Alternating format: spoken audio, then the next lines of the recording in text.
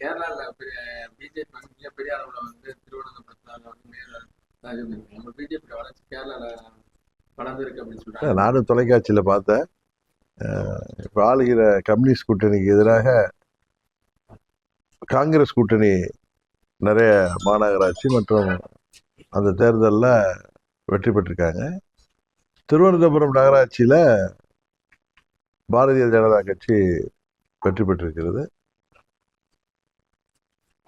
இதே முடிவு தேர்தல் அசம்பிளி தேர்தலை எதிரொலிக்குமா என்பதை பொறுத்திருந்து தான் பார்க்கணும். ஏன்னா பல முறை இங்க சொல்லுவாங்க, உள்ளாட்சி தேர்தல் என்பது வேறு, சட்டமன்ற பொதுத் தேர்தல் என்பது வேறு, பாராளுமன்ற பொதுத் தேர்தல் என்பது வேறுன்னு சொல்லி அரசியல் வல்லுநர்கள் உங்க மாதிரி ஊடகத்தை சேர்ந்தவெல்லாம் சொல்லுவீங்க. அதனால வெயிட் அண்ட் சி.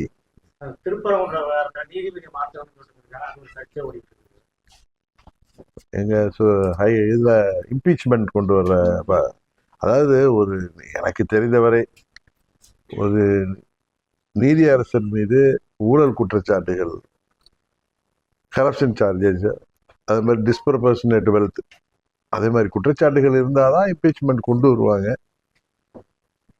இது நீதி அரசரின் அவர் சட்டத்தின் அடிப்படையில் அவர் ஒரு முடிவு எடுக்கும் பொழுது அதற்கு எதிராக போய் உச்ச நீதிமன்றத்தில் பாராளுமன்றத்தில் எதிர்கட்சி எம்பிகள் கொடுத்திருப்பது வந்து அவங்களுக்கு மெஜாரிட்டி இல்லை. அதனால என்ன நோக்கத்தில் அதை கொடுத்துருக்காங்கன்னு எனக்கு தெரியல.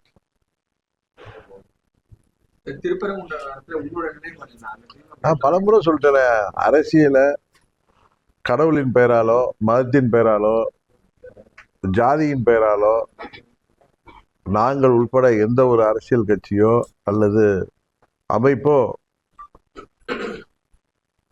அதை மக்களை பிரிக்கின்ற செயலில் ஈடுபடக்கூடாது. பெரும்பான்மை சிறுபான்மை அப்படியெல்லாம் பார்த்து அமைதி பூங்காவாக சகோதர சகோதரிகளாக தமிழ்நாட்டில் வாழ்ந்து வருகின்ற நம்மிடையே பிரிவினை யாரும் உருவாக்கிவிடக் கூடாது என்பதுதான் எங்களோட வேண்டுகோள். வாங்கிட்டு இருக்கோம். ஆமா, 10ஆம் தேதியிலேருந்து 18 வரைக்கும் வாங்கிட்டு இருக்கோம்.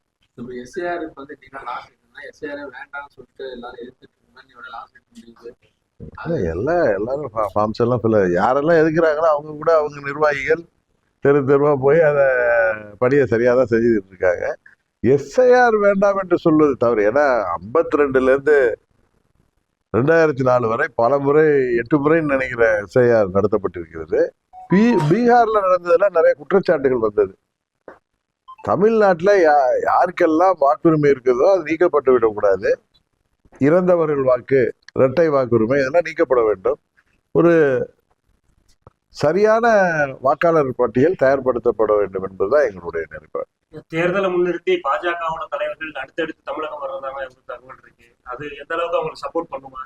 அது நீங்க தான் சொல்லணும். நாங்க எப்படி இன்னொரு கட்சி தலைவர்கள் சுற்றுப்பயணம் செய்வது அவர்களது உரிமை.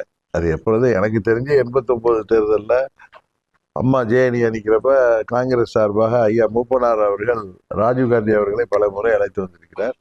அதுபோல தேசிய தலைவர்கள் ஒவ்வொரு தேர்தலையும் தமிழ்நாட்டுக்கு அந்த நேரத்தில் அடிக்கடி வந்து போவது கடந்த காலத்திலேயே நடந்து வருகிறது. எனக்கு தெரிந்த 89லேருந்து நடந்து வருகிறது.